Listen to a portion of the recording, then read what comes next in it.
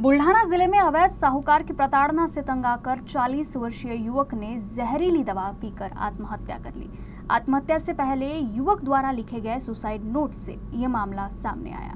बुल्ढाना के मलकापुर तहसील के धरनगांव के शिवाजी घुघरे ने अवैध साहूकार अभिषेक कापसे से 6,000 रुपए उधार लिए थे।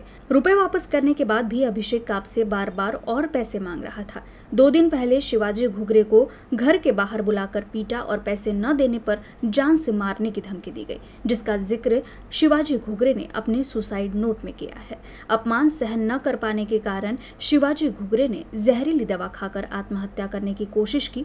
उन्हें तुरंत अस्पताल ले जाया गया, जहां इलाज के दौरान शिवाजी घुघरे की मौत हो गई।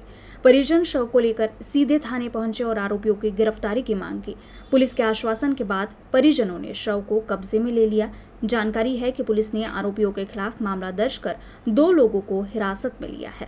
तो बोलवायला त्यानं दुसऱ्याचं सुनील नेकरले पाठवलं त्यानं। बरं, तो आमच्या घरी आला ना, आम्ही त्यानं घर उकडलं आणि त्याला म्हणे की तुम्ही बोलवलं म्हणे ते चाल म्हणे पडसावर दारी चाल म्हणे, जसं दारी बोलून गेलो ज्या हे गेल्याबरोबर त्यानं मारणं सुरू केलं।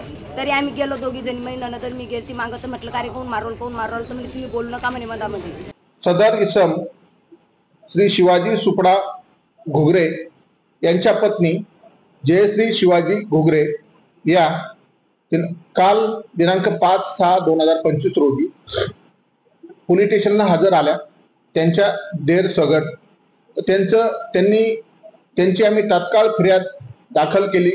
फिर्याद घेऊन गुन्हा दाखल केलेला आहे। सदरचा गुन्हा हा 108 BNSS त्याचप्रमाणे 62 BNSS आणि महाराष्ट्र सावकारी प्रतिबंधक कायदा 39 व 46 प्रमाणे पोलीस स्टेशनला काल रोजी दाखल करण्यात आलेला आहे।